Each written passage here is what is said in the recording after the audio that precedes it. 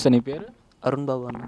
నువ్వు ఏం చేస్తుంటావు? నేను రెడ్డి కాలేజీలో డిగ్రీ సెకండ్ ఇయర్ భయ్య, బీకామ్ జనరల్. మరి మీ ప్రాంతంలో అభివృద్ధి ఎలా ఉంది ఏలూరు? మా ప్రాంతంలో అభివృద్ధి వచ్చి చాలా బాగుంది భయ్య. ఎందుకనంటే ఇంతవరకు 5 ఏళ్ళ అప్పుడు నేను 10th క్లాస్ చదువుతూ ఉండే అప్పుడు గొడవలని చాలా వరకు జరిగాయి. అలాగే ఇంకా అభివృద్ధి కూడా పెద్దగా ఉండేది కాదు. కరెంటు ముఖ్యంగా కరెంటు అసలు ఎప్పుడు పోతుందో ఎప్పుడు ఉంటుందో కూడా తెలిసేది కాదు భయ్య. కానీ 5 ఏళ్లలో ఎలక్ట్రిసిటీ కానివ్వండి అసలు చాలా బాగా జరిగింది భయ్య అభివృద్ధి. నేను మటుకు ఎందుకనంటే అప్పుడే పుట్టిన పాప మాట్లాడడం అనేది కష్టం. అలాంటిది అంత స్పీడ్గా మాట్లాడడం అనేది జరిగింది భయ్య అక్కడ. ఏంటంటే మనకి లో బడ్జెట్ ఉన్నప్పటికీ మన చంద్రబాబు నాయుడు గారు లో బడ్జెట్ అయినా ఇంత సక్సెస్ఫుల్గా 5 ఏళ్ళు రన్ చేశారంటే చాలా గ్రేట్ అని చెప్పాలి భయ్య. ఒకప్పుడు ఏలూరులో పెద్దగా రోడ్లు గీడ్లు ఏమి ఉండేవి కాదు భయ్య. ఇప్పుడైతే ఈ టీడీపీ గవర్నమెంట్ వచ్చిన జస్ట్ 3-4 monthsలోనే అమౌంట్ లో బడ్జెట్ అయినప్పటికీ ఏలూరులో పార్క్స్ వేయడం అని, స్ట్రీట్ లైట్స్ అని చాలా బాగా డెవలప్ చేశారు. దేన్నైనా ఒక చెత్తగా ఉన్నదాన్ని చాలా బాగా డెవలప్ చేశారు ఆ టైం. నేను చాలా షాక్ అయ్యాను కూడా. ఎందుకనంటే చిన్నప్పటి నుంచి ఉంటున్నాను ఏలూరులో. సడన్గా ఒక లో బడ్జెట్లో ఉన్న స్టేట్కి బాగా డెవలప్ చేయడం అనేది చాలా ఆశ్చర్యవంతం భయ్య. అదే మళ్ళీ బడ్జెట్ బుజ్జి గెలిచే అవకాశం ఉందంటావు ఇక్కడ? నేను ఉందని అనుకుంటున్నాను భయ్య. ఎందుకనంటే ఇంతవరకు ప్రజలు వేరు భయ్య. ఏంటంటే వాళ్ళు ఇంటికి వస్తే చేతులు పట్టుకున్నా ముద్దులు పెట్టినా కరిగిపోయే జనాలు ఉండేవాళ్ళు ఇంతవరకు. ఇప్పుడు జనరేషన్ అలా లేదు భయ్య. పవర్లోకి వచ్చాడు, వీడు ఏం చేస్తాడు, నాకు చేస్తున్నాడా లేదా, మేము పన్నులు కడుతున్నాం, ట్యాక్స్ కడుతున్నాం, మా డబ్బుల్ని చూస్తున్నాడా లేదా, ప్రజలకి పెడుతున్నాడా లేదా అని చూస్తున్నారు భయ్య. జనాలు మటుకు ఇంతవరకులా లేరు భయ్య. డెవలప్ అయ్యారు.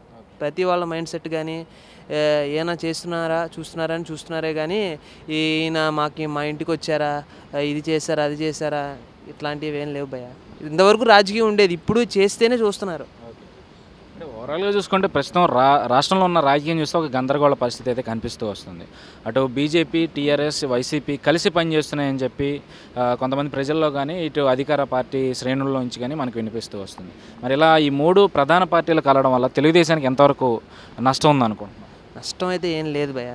ఎందుకనంటే ప్రజలకు తెలుసు హైదరాబాద్ ఏంటి, తెలంగాణ ఏంటి అని ప్రజలకు తెలుసు. ఏంటి మన ఇంతవరకు తెలంగాణకు కూడా చంద్రబాబు నాయుడు గారి సీఎం ఆయన ఏం చేశారంటే మొత్తం రాష్ట్రంలో ఉన్న డబ్బులు మొత్తం అన్నీ కలెక్ట్ చేసి అక్కడ ఎగ్జాంపుల్ చెప్పాలంటే ఒక బిల్డింగ్ కట్టారు భయ్య. అక్కడ బిల్డింగ్ని కట్టి చాలా పెద్ద బిల్డింగ్ అది, ఏపీలో కల్లా ఇండియాలో కల్లా పెద్ద బిల్డింగ్ అది.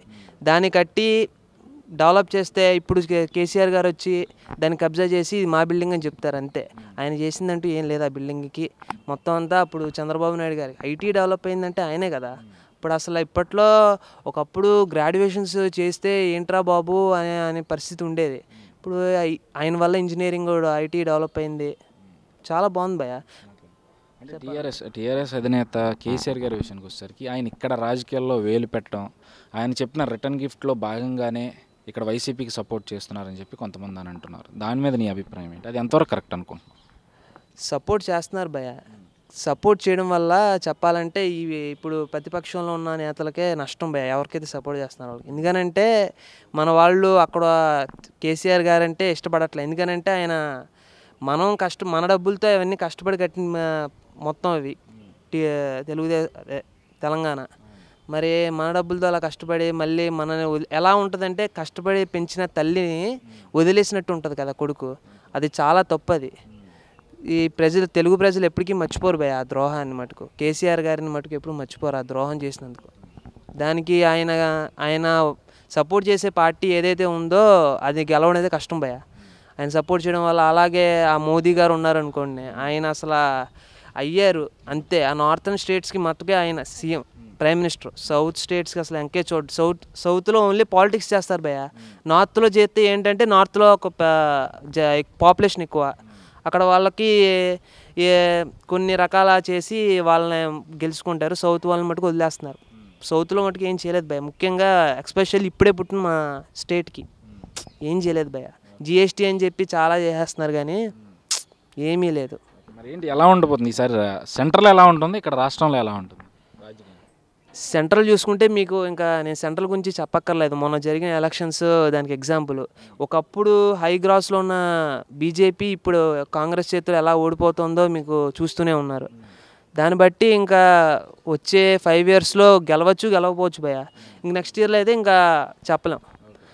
మన స్టేట్‌కి సంబంధించిన వరకైతే ప్రెజెంట్ రూలింగ్ పార్టీ చాలా బాగుంది భయ్యా.